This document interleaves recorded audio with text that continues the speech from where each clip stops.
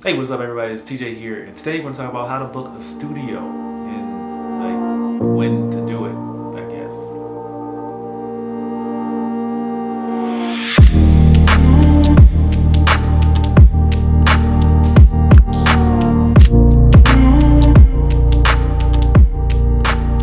I'm actually just shooting my wife today. We have a little project that we're doing, but right now I'm actually just setting up and getting everything ready. This is by far, this takes the majority of the time. It's just trying to get everything that you want for a particular shoot in here. Today we'll be shooting with the EOS R, and then we'll be shooting with the 24-70 and the 35 to, the 16 to 35, and then there's a 50 millimeter in there. I don't know where my lens caps are right now, but let's not talk about that. And then we have another EOS R, which I'll be using for stills, and it has a 24 millimeter f1.4, I believe, f1.4. We are supposed to start shooting at about 4 o'clock, so we want to arrive there a little bit before that. It's about 2 something now, so we're going to pack up the car and get ready to go. But booking a studio and actually paying money to shoot in a studio is a process that you may not be willing to do at first, depending on like where your business is and where you're starting off at. Sometimes you don't really want to invest the amount of money, and then sometimes you're not making enough money to really, rent out a place to invest in. So I went through a little bit of a process trying to figure out which place I wanted to use and which place was actually suitable for this particular job. Like, how much money did I want to spend on a studio for the job that we were trying to do. And I settled on this place in our local area after searching through a few different places and seeing their cost per hour and how much they charge. And the first thing I would say to do is just to do your research. Look at the studios around in your area and see, one, how much they cost per hour and how many hours it will take for you to do the job that you want to do. And then also just look at the pictures they have. If you see a location that you like, maybe it has a particular vibe that you like, maybe it has a particular look that you like, or has rooms or studios that fit the job that you need to do.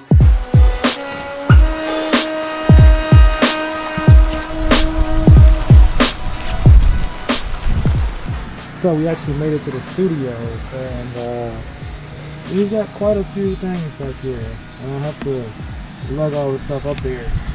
But we made it here, and apparently somebody's gonna come out and let us know when to get in or how to get in. But I have to lug all this stuff in here, and so we got all these weights and stuff like that we're gonna bring in. But I have a cart inside that I'll show you, which is like the perfect cart.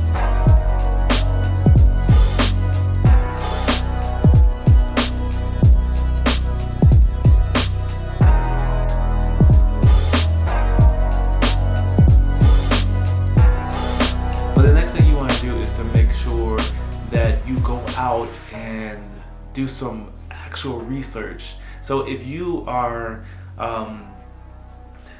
the next thing you want to do is actually just go. The next thing you want to do is to go out and do some real research as far as going to the physical location, if you can. If it's in your state, if it's not out of town, go there and do some actual research and see where it is. Like, where you can park at, things like that are super important to know ahead of time, especially if you have a larger group. Where do you park?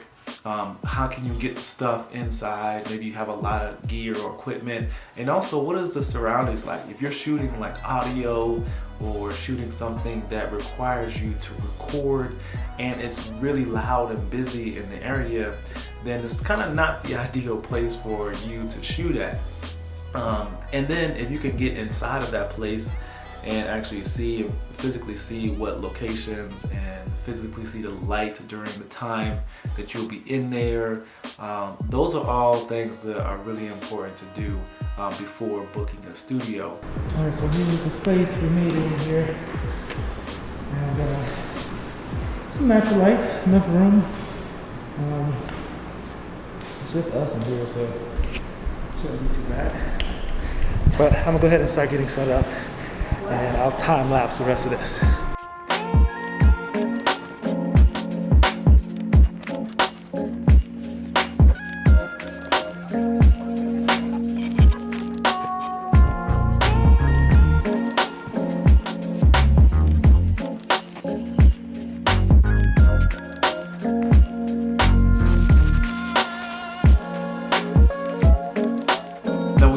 Actually like booking a studio for a particular job, think about the cost of the studio, you know. So this studio, we actually booked it out for about 4 hours, and that was enough time. I took into account the time that, you know, it's going to take 45 minutes or so to get there and set up, and then it's going to take me about 20 to 30 minutes or so to tear down and pack everything up so I can go and get out of there.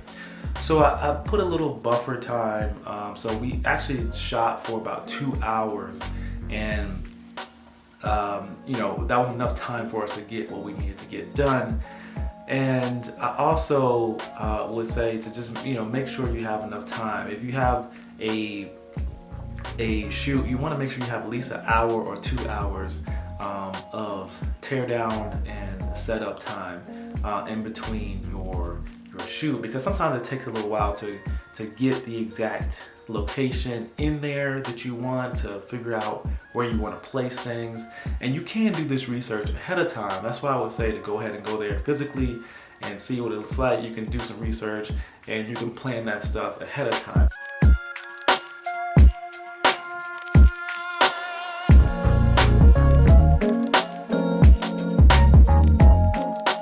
Other than that, when you're in the studio, just be courteous, be kind.